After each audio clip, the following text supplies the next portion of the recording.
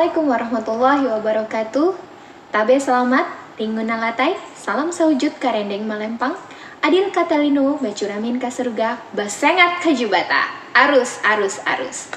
Perkenalkan, saya Pratiwi Subianto, dosen pada program studi Ilmu Ekonomi dan Studi Pembangunan, Fakultas Ekonomi dan Bisnis Universitas Palangkaraya, dengan NIDN 1103028 Pada kesempatan ini, izinkan saya menyampaikan deskripsi pernyataan diri dosen dalam unjuk kerja Tridharma Perguruan Tinggi pada bidang pengajaran sebagai salah satu syarat untuk mengikuti sertifikasi dosen. Mata kuliah yang saya ampu adalah Ekonomi Sumber Daya Alam dan Lingkungan. Mata kuliah ini merupakan mata kuliah wajib jurusan dengan bobot 3 SKS. Diberikan pada semester 4 untuk mahasiswa program studi Ekonomi Pembangunan. Perkuliahan ini diselenggarakan selama 16 minggu dengan pembagian 7 pertemuan sebelum ujian tengah semester dan 7 pertemuan untuk ujian setelah semester. Mata kuliah ini bertujuan untuk meningkatkan kompetensi pedagogik dalam memahami teori ekonomi dalam konteks pengelolaan sumber daya alam dan juga lingkungan secara optimal dan berkelanjutan dengan tetap menjaga keseimbangan lingkungan demi kepentingan masyarakat saat ini maupun di masa depan. Adapun capaian pembelajaran lulusan atau CPL yang diinternalisasikan pada mata kuliah ini meliputi sikap S6, yakni bekerja sama dan memiliki kepekaan sosial serta kepedulian terhadap masyarakat dan lingkungan. S8, menginternalisasi nilai, norma, dan etika akademik. S9, menunjukkan sikap bertanggung jawab atas pekerjaan di bidang keahlian secara mandiri. Kemudian aspek pengetahuan, P1, menganalisis teori ekonomi, ekonomi makro, dan ekonomi pembangunan secara bersama-sama atau mandiri dan responsif terhadap perubahan keilmuan. Keterampilan umum, K2, mampu menunjukkan kinerja mandiri, bermutu dan terukur. K3, mampu mengkaji implikasi pengembangan atau implementasi ilmu pengetahuan dan teknologi yang memperhatikan dan menerapkan nilai humaniora sesuai dengan keahlian berdasarkan kaidah, tata cara, dan etika ilmiah dalam rangka menghasilkan solusi, gagasan, desain, atau kritik seni. KU11, mampu mengambil keputusan atas berbagai alternatif yang dihadapi dalam kelompok maupun individual. Untuk kalian khusus, KK7 mampu membuat karya ilmiah yang terkait dengan teori dan masalah ekonomi yang dihadapi. KK10 memiliki jiwa yang responsif dan terbuka terhadap kebaharuan perkembangan ilmu pengetahuan di bidang ekonomi. Untuk capaian pembelajaran mata kuliah atau CPMK yang ingin dicapai antara lain, mahasiswa diharapkan mampu menguraikan teori ekonomi dalam konteks SDA dan lingkungan, kemudian mampu mendemonstrasikan konsep pengelolaan sumber daya alam, yang ketiga mampu menuangkan hasil penelitian sumber daya alam dan lingkungan ke dalam karya ilmiah, yang keempat mampu mendiagnosis pengelolaan sumber daya alam yang efektif. Yang kelima, mampu memformulasikan masalah ekonomi sumber daya alam dengan metode estimasi yang tepat. Kemudian yang keenam, mampu mengaitkan isu-isu ekonomi sumber daya alam yang terkini. 7. Mampu mengambil keputusan berbasis kerangka analisis ekonomi sumber daya alam.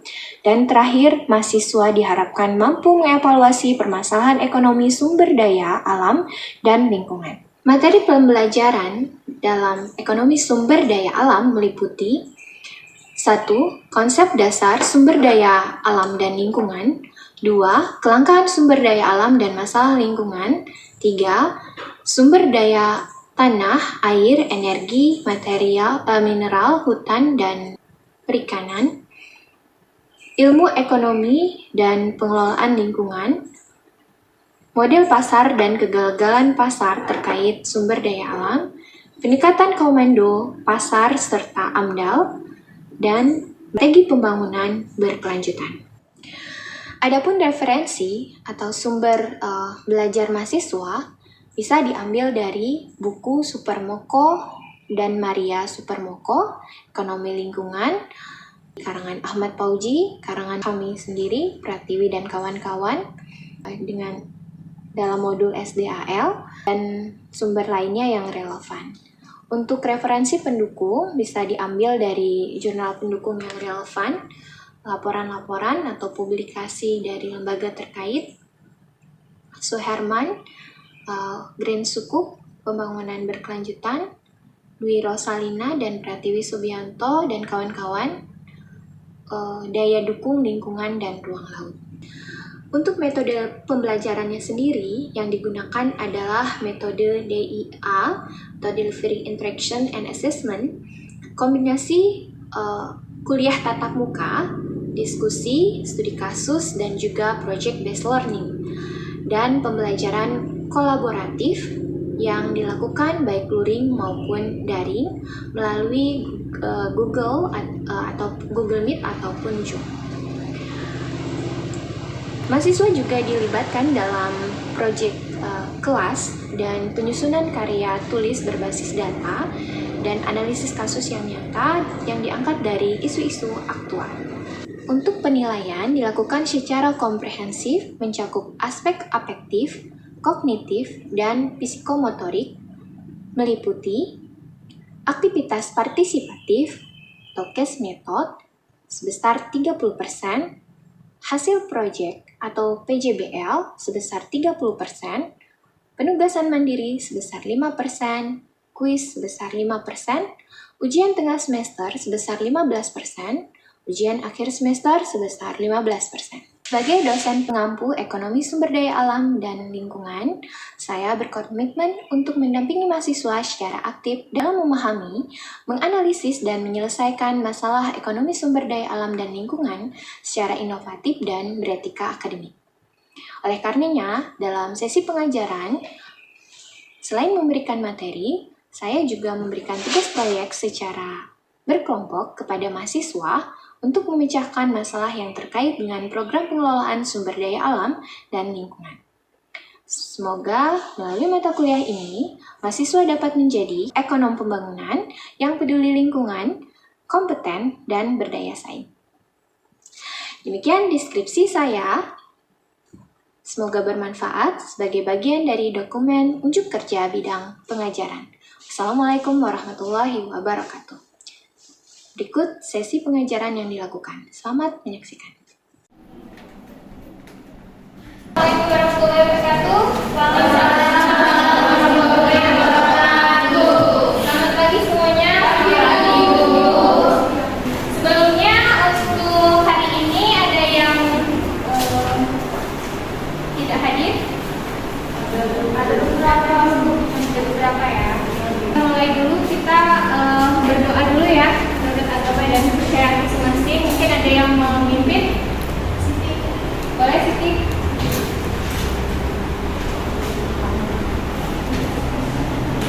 Kita mulai dengan diri kita pada hari ini. Kita berdoa untuk kepercayaan masing-masing kembali. Doa selesai. Ya. Ini Ibu absensi dulu ya dari silakan kita.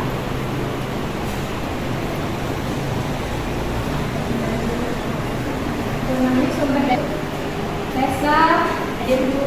Mesrani, hadir Bu. Semuanya hadir nih. Hadir Bu. Ada satu orang tadi siapa? Sylvia. Oke. Iya ya tadi ya.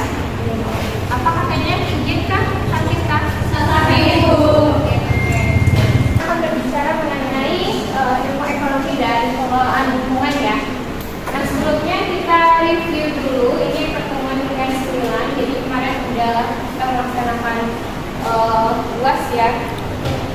Kita review dulu nih materi. Nah, sekarang Ibu mau bertanya nih, apa yang dimaksud dengan sumber daya? Ingat nggak sumber daya itu apa? Apa yang dimaksud sumber daya? Kira?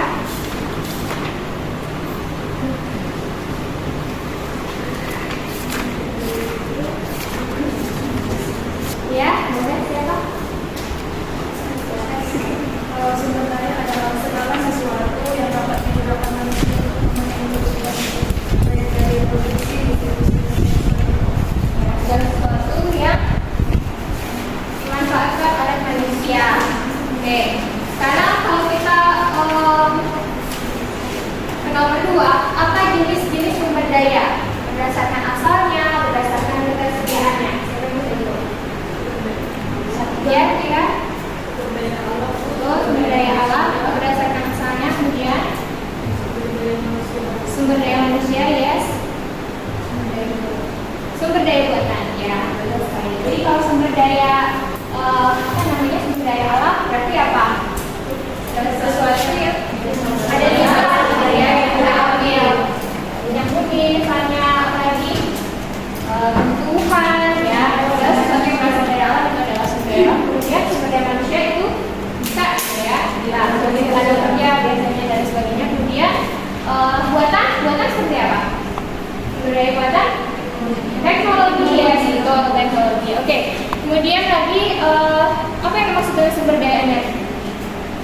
Sumber daya energi berapa jenisnya? Coba sebutkan. Sumber daya energi apa?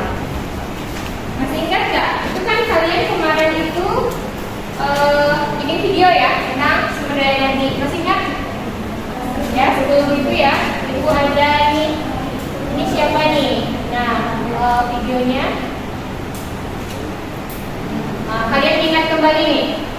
Mungkin lupa ya. Siapa yang bikin?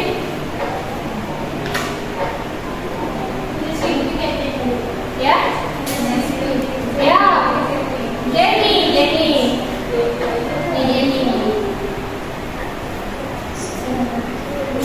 Kalian nggak kedengaran ya?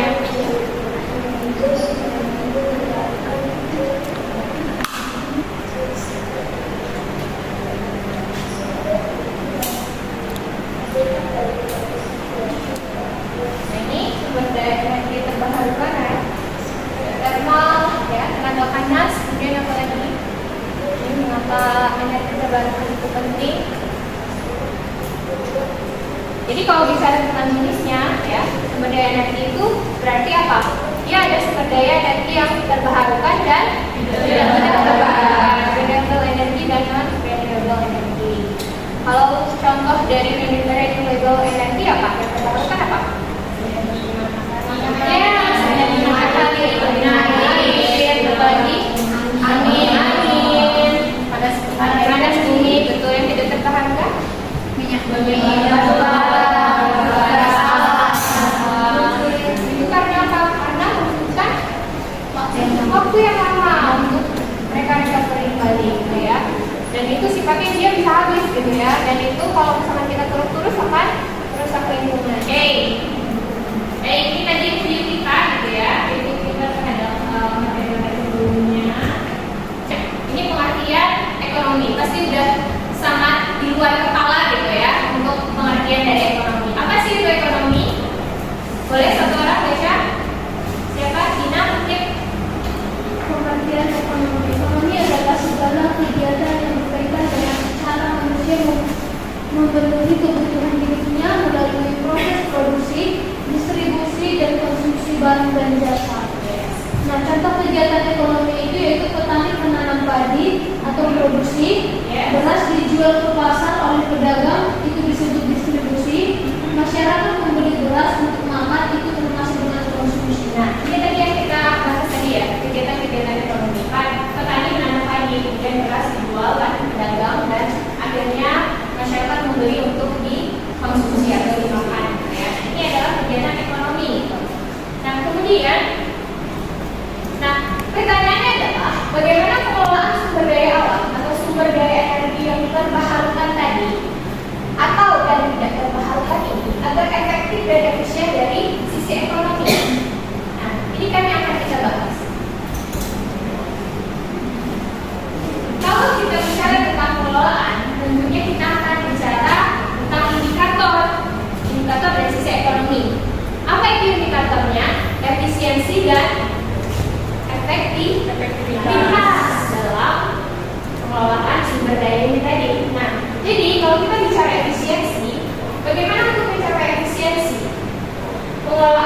daya itu harus apa? Pertama harus menghindari pemborosan dalam eksploitasi dan juga distribusinya. Jadi eksploitasi dari sumber daya itu kan eksploitasi nih, menyambungi di truk, kemudian dimanfaatkan, diolah gitu ya, dimanfaatkan.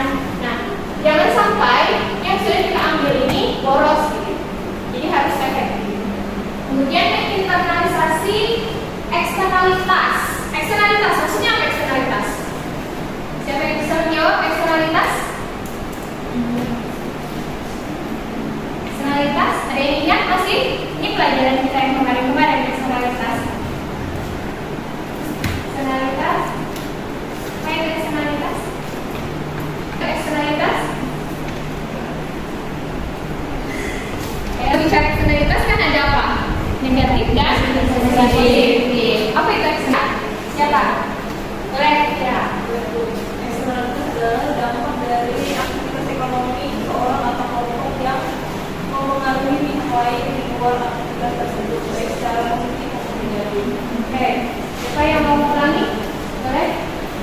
Satu orang eksternalitas tadi? Boleh, Mbak?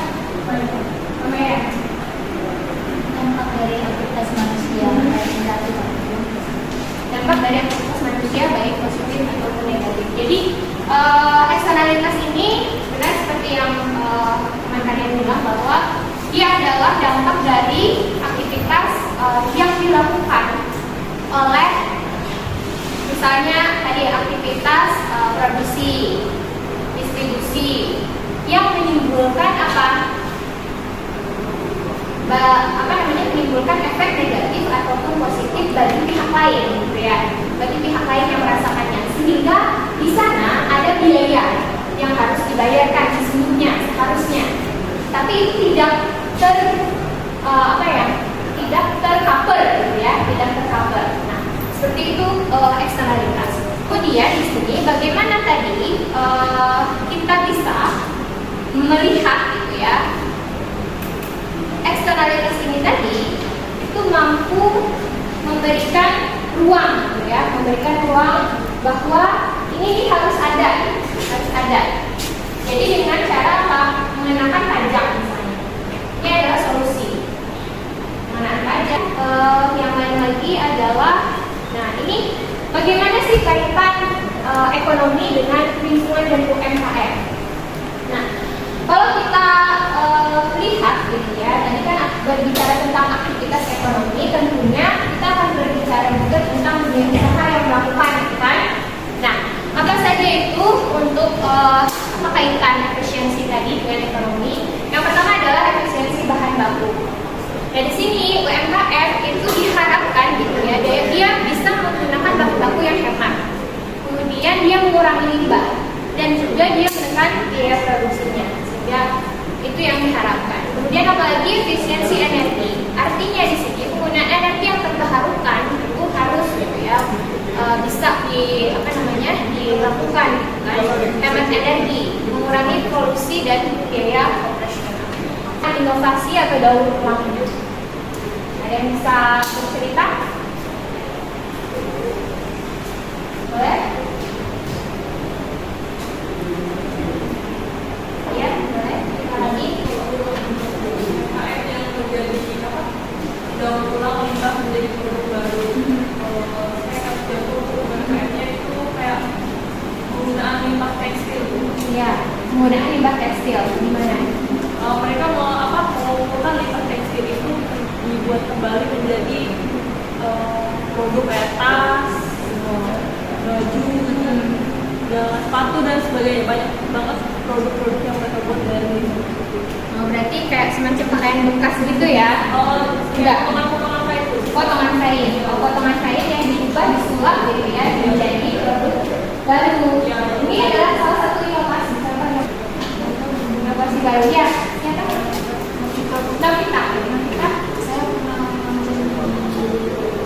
ada masalah di Jawa, ada seorang perempuan itu mengajukan Malaysia untuk mengerjakan atau kembali seperti botol aqua, kayak botol, pokoknya plastik gitu, itu juga jadi kerajinan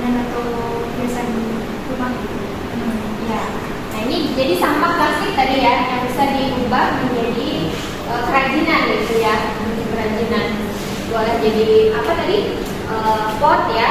Kemudian gereja. Ada pertanyaan kan dulu sebelum itu?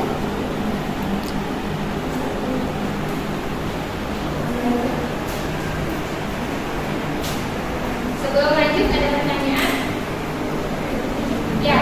Tadi kan kita membahas terkait pengelolaan sumber daya alam dunia. Jadi yang jadi pertanyaan saya itu, mengapa pengelolaan sampah di kota-kota besar, misalnya seperti di Kota Palangkaraya itu masih menjadi tantangan gitu.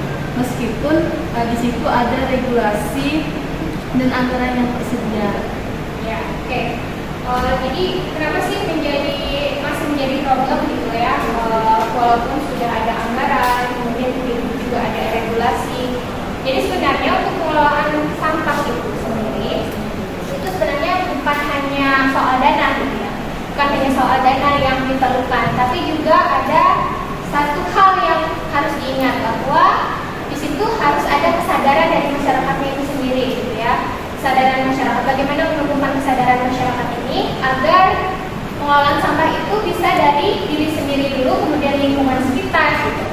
Jadi tidak hanya dana dan regulasi, itu cuma apa ya namanya stimulus gitu ya, pendorong untuk bisa pengelolaan itu lebih baik gitu. Jadi harus ada kesadaran dari diri kita, kemudian juga adanya kolaborasi antar semua elemen. Jadi baik itu pemerintah, kemudian universitas misalnya, akademisi gitu ya, kemudian juga masyarakat gitu.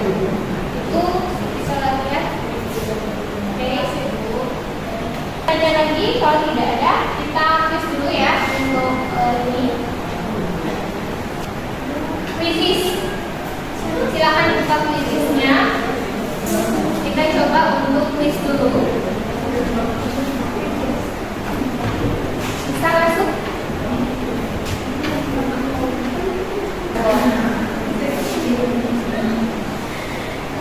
Ya.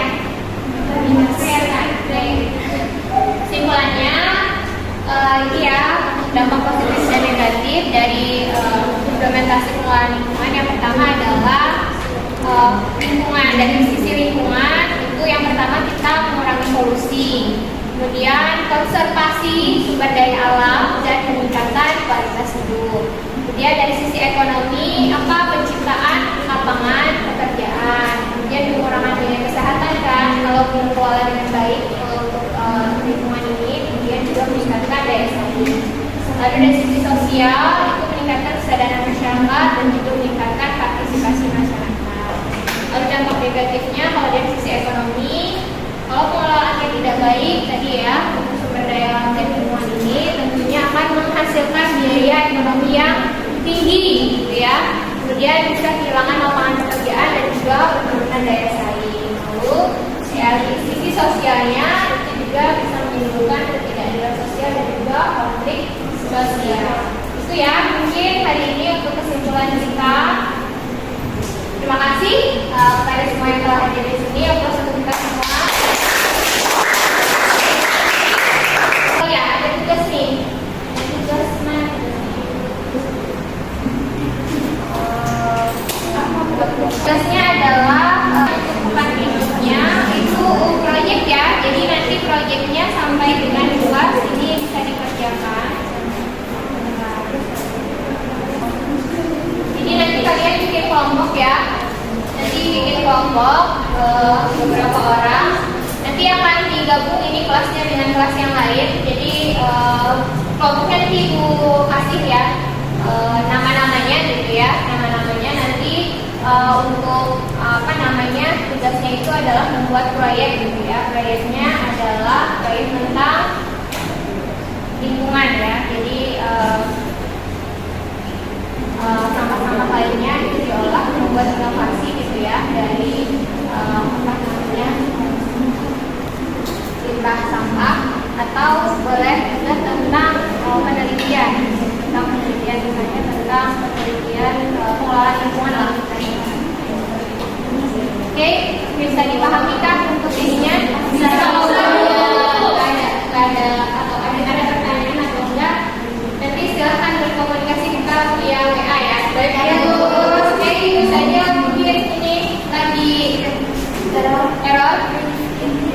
banyak atas perhatiannya. Itu akhiri. Wassalamualaikum warahmatullahi wabarakatuh.